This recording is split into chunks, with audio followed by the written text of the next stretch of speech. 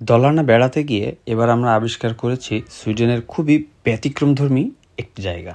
বাচ্চাদের এই অ্যামিউজমেন্ট পার্কটার নাম হচ্ছে টমতেলান্ড ল্যান্ড অফ ফেয়ারি টেলস। এটি দলানা কাউন্টির মুরা শহরে অবস্থিত এবং একটি শহর থেকে যদিও সামান্য দূরে।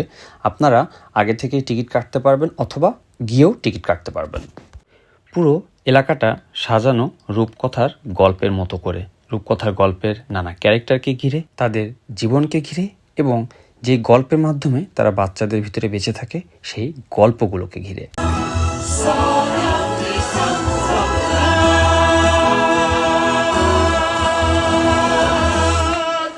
টমতেলান্ডের ঢোকার শুরুতেই এন্ট্রান্সে যে রিসেপশনটি ছিল সেখানে আমরা আমাদের অনলাইনে কেনা টিকিটগুলো দেখাই এবং সাথে সাথে আমরা সারাদিনের প্রোগ্রামের একটা সময়সূচি পাই এবং পাই পুরো এলাকাটার একটা ম্যাপ।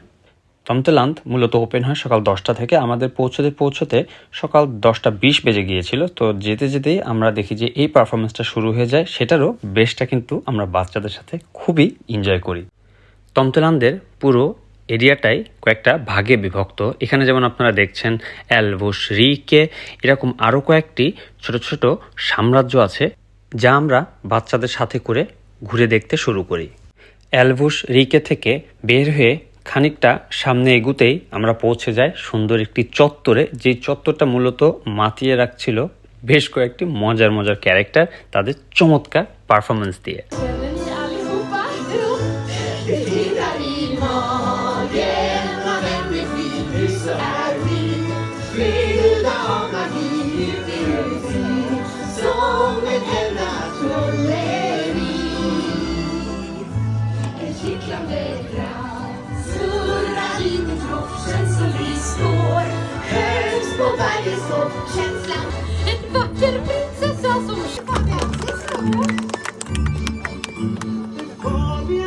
আর আপনারা তো দেখলেনই, শুধু 3.5 বছরের জুনায়রা নয়, 1 বছরের জারিবও কিন্তু অনেক এনজয় করছিল।